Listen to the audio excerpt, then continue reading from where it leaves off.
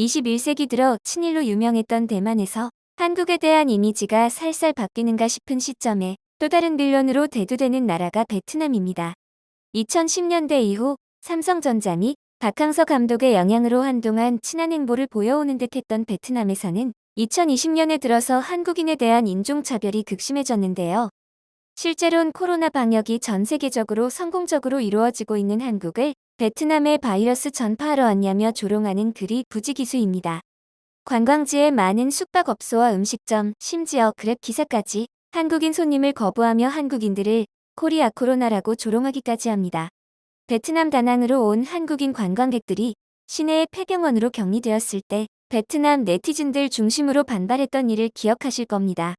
자신들의 바인미를 빵 쪼가리라고 표현한 사실에 분노하여 한국의 YTN 유튜브 댓글창과 페이스북 페이지를 점령하며 온갖 패드립과 인종차별을 포함한 댓글로 한국의 사과를 요구하고 태극기의 태극 문양을 코로나 병균으로 그리며 국기를 모독했죠.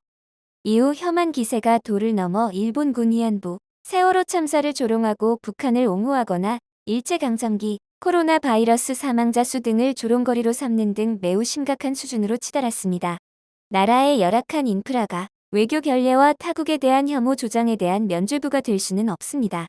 베트남 측 언론과 네티즌들이 사건의 정황 및 인터뷰 내용을 왜곡해 가짜 뉴스를 퍼뜨리고 이를 철석같이 믿고 역성을 내고 있는 것에 강경화 장관이 강한 유감을 표시했고 신속 대응팀을 베트남에 파견했는데요.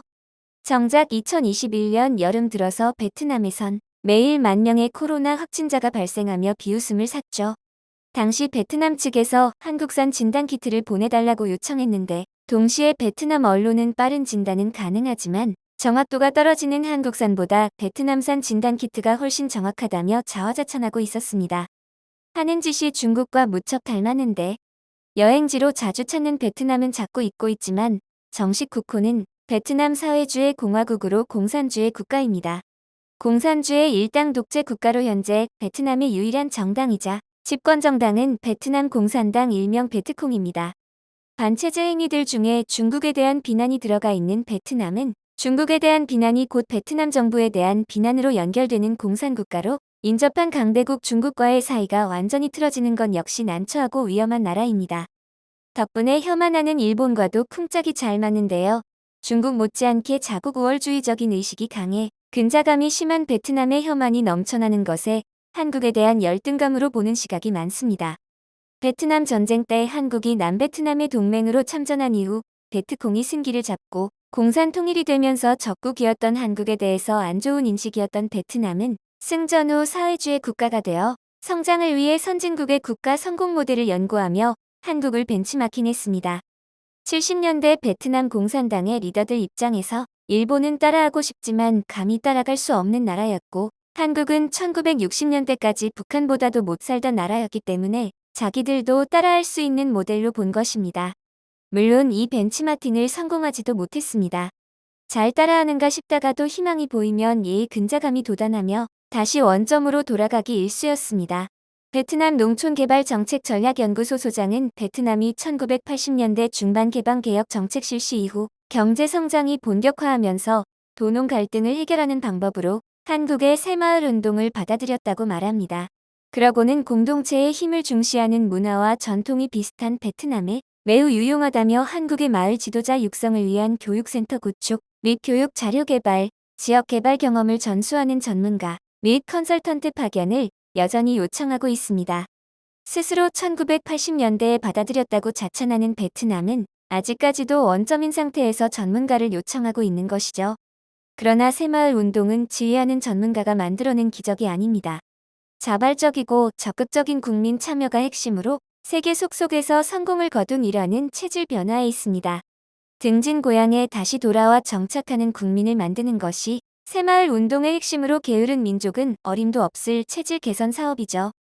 베트남 정부는 농촌개발운동 관련 연도별 목표치, 특히 코민의 목표 달성치를 애초부터 높게 설정해 놓고 운동을 전개했습니다. 자신들이 만만하다고 생각했던 한국이 이룬 새마을 운동은 번번이 실패하고 어느 순간 농업이 아니라 과학기술 발전으로 앞서게 되면서부터 베트남은 예의 역사적인 감정을 대두시키며 혐한을 조장하는 모습입니다. 이런 면에서 딱히 접점이 없던 대만이 친일의 반대급부로 한국 때리기 풍조가 있었던 것과 유사합니다. 막상 전쟁의 주범국이었던 미국에 대한 감정은 없는 베트남 공산당은 미국에게는 입도 번근 못하면서 만만했던 한국의 성장에 열폭하며 그를 이용해 국가를 통치하는 데 이용하고 있는 것이죠. 이제 막 중국 자본으로 세워진 베트남 지하철이 그 단적인 예라 할 수 있습니다. 베트남의 주력 언론 매체인 소아는 얼마 전 완공된 베트남 최초의 지하철 개통 소식을 보도했습니다. 12년 만에 완공된 자본금 10조 4천억 동을 투자한 지하철은 베트남인들의 오랜 수건 사업이었습니다. 해당 기사는 역사적인 순간을 직접 체험해보라며 역사적인 첫 번째 지하철 개통을 축하하기 위해 보름간 진행되는 무료 운행을 즐기라고 독려했습니다.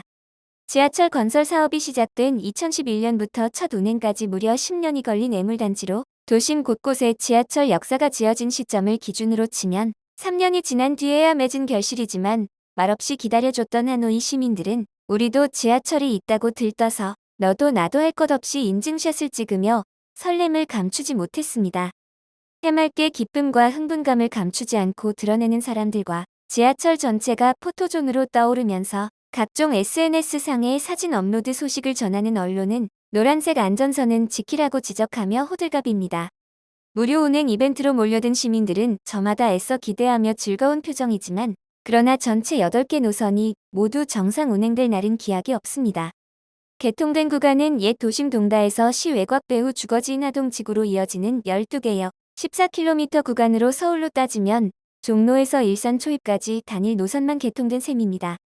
만들고 건설한 지 꽤 시간이 흘러버린 지하철 내부와 역사는 새 것이라 하기엔 낡은 듯한 느낌이지만 이들은 중국 기술을 적용한 최신의 지하철이라며 우쭐 모드입니다. 그러나 이 지하철은 말 그대로 베트남의 무능의 상징이요. 상종하지 않아야 할 증거물인데요. 당초 하노이시는 2011년 중국으로부터 공적개발원조 자금을 받아 2013년까지 지하철을 건설할 계획이었습니다. 2017년 12월까지 제대로 된 기초공사도 진행되지 못했는데요. 겨우겨우 자금 운용 원칙이 세워진 이후에도 잦은 잡음으로 공사 진행은 늦춰졌습니다.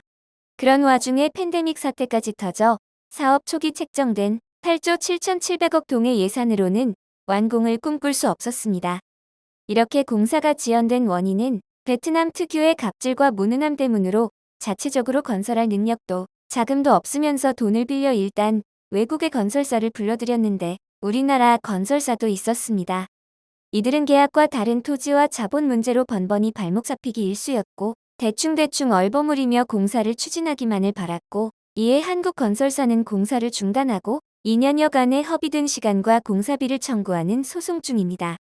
끝까지 남아 완공한 중국 건설사는 그나마도 약속한 대금을 지불받지 못한 채 떨려나와 현재까지 들어간 건설 비용은 18조 동 이상이고 이 중 중국 자본이 77%가량인 베트남 지하철 사업에서 돈을 떼이게 됩니다.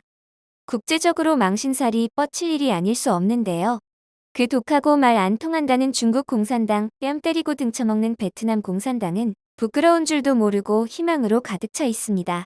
정즉투원 하노이시 인민위원회 부위원장은 교통체증이 심한 하노이의 대중교통 흐름을 바꿀 게임 체인저가 될 것으로 교통 수요의 45%가량을 지하철로 흡수하겠다고 말하고 있습니다.